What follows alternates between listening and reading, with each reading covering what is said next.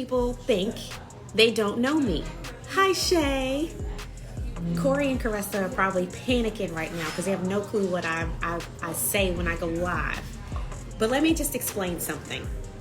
I'm new to reality TV. Let's start there. I'm gonna get this off my chest because it's heavy on my heart. I'm new to reality TV. And I know from what I've learned that reality TV loves to create narratives. They love to create characters. Fine. I just got a DM from a blogger. Shout out to who he knows who he is. Shout out to him. And he was informing me that I am being painted as the villain, which would explain a lot of the BS that I'm getting from people. Now, what is interesting for me, what's up, son?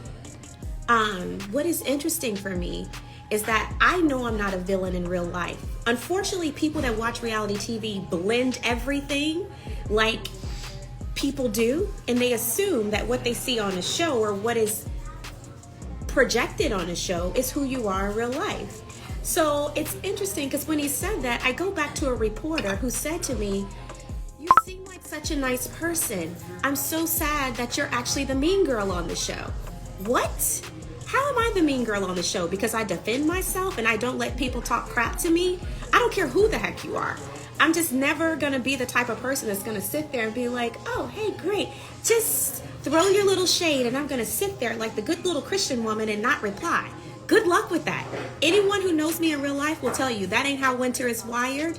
I'm not wired that way. So I get it. Reality TV likes to create characters. I know who I am, and I think that's the biggest thing when you come on these shows. It's my first time. I don't know all about editing and crap, but I know they edit people to be a certain way.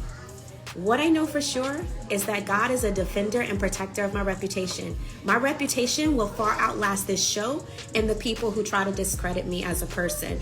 I'm not bothered about that. I really don't worry. I get messages all the time because despite what is being projected or publicized, there are people who need to hear. Someone tagged me in some BS yesterday.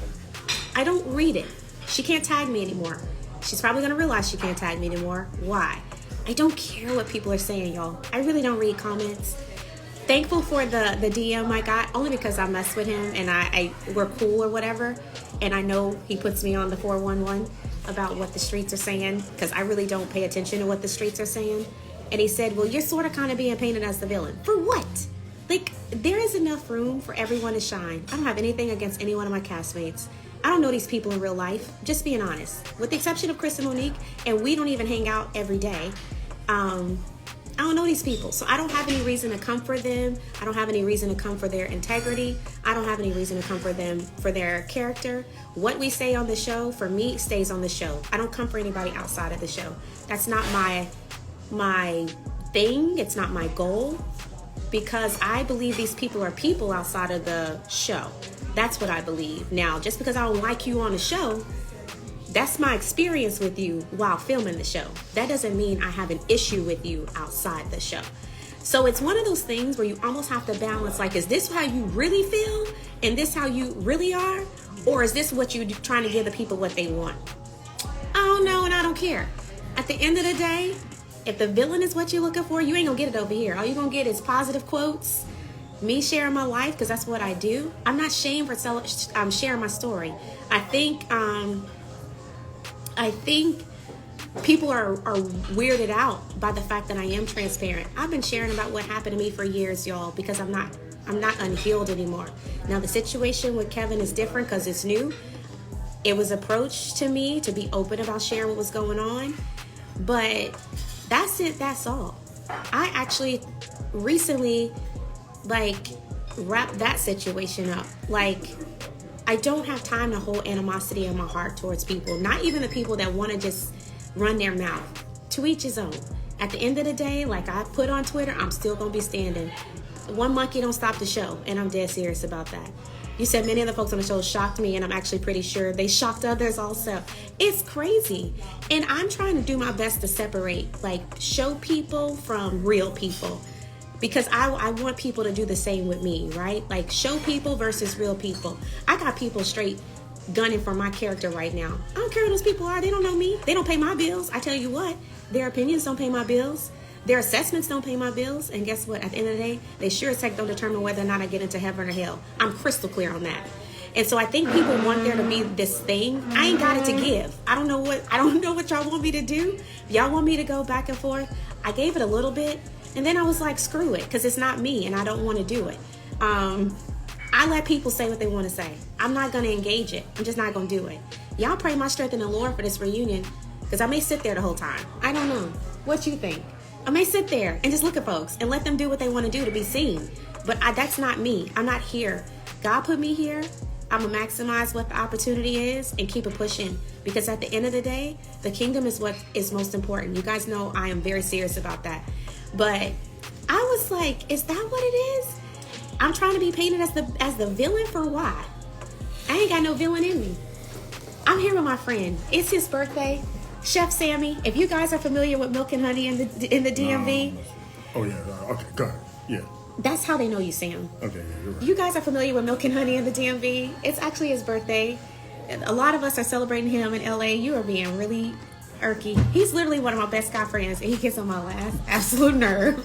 But we're sitting here talking. And he gives great advice. I will say that, because he's been on reality TV before and said, I'm about to you look at you about to take my weave out. Swear to God. I'm sitting here, we're talking about it, and I'm gonna fight him. He's a child. He just turned 43 years old. I don't know. How old did you turn, Sam? Sam. Anyway, he's given great information and great advice because he's been in the reality TV world. And you said something very profound, and it really helped me. What's up, Keyshawn? What's up, bro? It's good to see you on here. I want that. Here, I'm gonna give you my other AirPod because you gave me great advice. I actually shared about it in one of my posts because it was a profound statement, and you probably don't remember what you said, but there.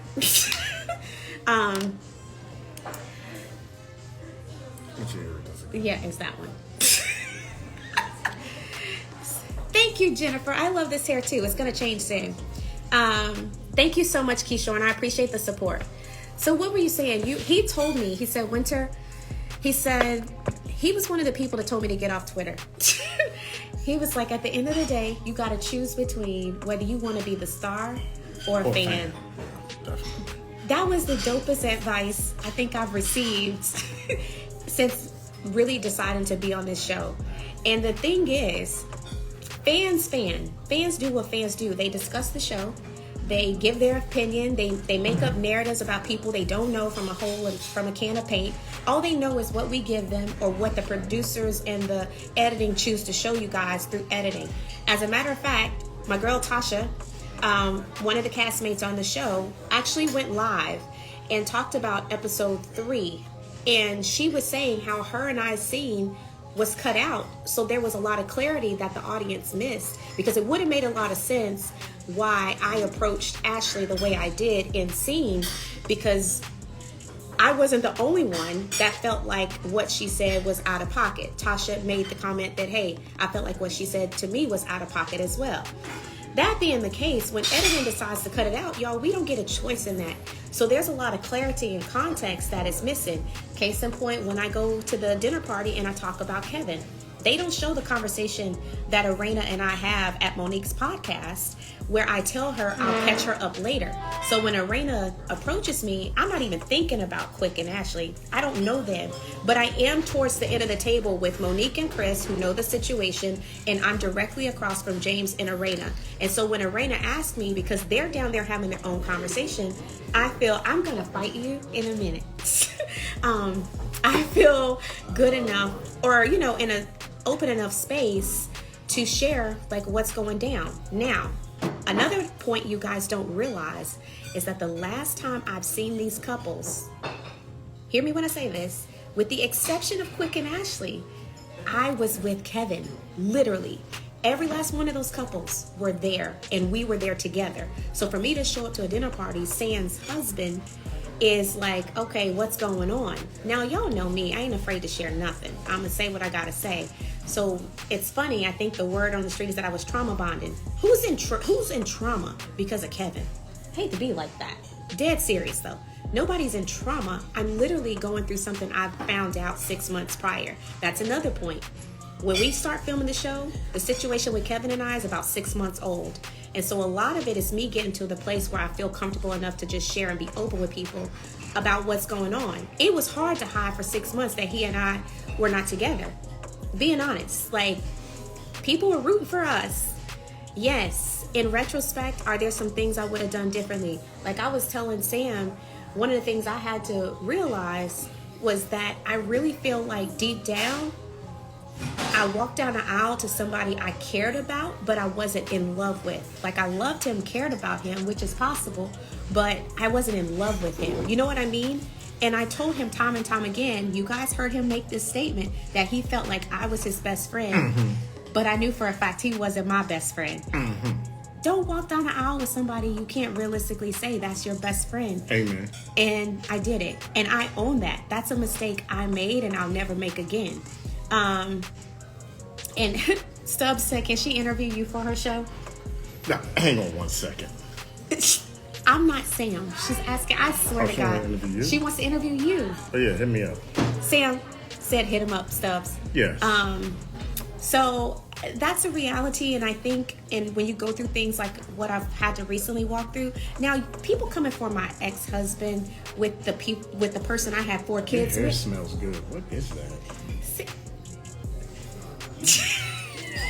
I swear to God. It smells You good. wait till I get It off this- smells like a white lady hair. You know how they hair be smelling that? Sam, I'm sorry, go ahead. this is, y'all, oh God, maybe I need to reevaluate my friendships. With the exception of you being my best friend, I swear I would block you. But it smells good. I though. appreciate the compliment. So anyway, I feel like we all go through things, with the exception of my ex-husband. We got married at 19. We were college sweethearts. So for people to try to create the narrative that I made a mistake with him, no, we got married as youth. We were kids. And we live and we learn. It's what happened, but we have 4 beautiful kids and we have a great co-parenting relationship together. That man is Y'all good give it to up. our Y'all kids. Y'all give it up. Give it up And for has him. What is his always- name? Say his name. I'm not gonna say his name. That's one thing I agreed not to do on here. Say his name. We'll call him Peter. Why Peter? Peter's amazing. Okay, Peter. Yeah. That's weird. Anyway, I can't get with that. I don't agree with that narrative at all. And so I'm glad that he agreed not to be on the show, because I feel like they would have tried to bring up something that's not a problem between us anymore. I've forgiven him. I've forgiven the nanny that people like to drag. She don't deserve to be dragged either, actually. And there's a point in the show where somebody comes for her kids, or comes for her and the child. That's still my kids' half siblings. So I actually go to bat for both of his children, because again, they're innocent victims in all of this. They didn't ask to be here. I don't care what situation brought them into this world. You don't get the right to dismiss or discredit a person's whole being because of the situation. Were they wrong? Yes, they all know they were wrong. But when you forgive and you move forward, it will even cause you to defend people who have wronged you. And that's what I stand for. Not bad. Aside from that, with the whole Kevin situation, did I make mistakes? Absolutely.